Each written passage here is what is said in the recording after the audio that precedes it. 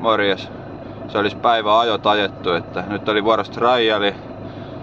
Se on jäänyt aika paljon vähemmälle nyt tässä syksyn jälkeen. Että ei ole paljon ollut intoa edes harjoitella sitä, mutta aina välillä on kiva käydä ajelemaan hallissa. Varsinkin tälleen kovilla pakkasilla, kun siellä on vielä melkein plussalle. Ei muut kuin eteenpäin.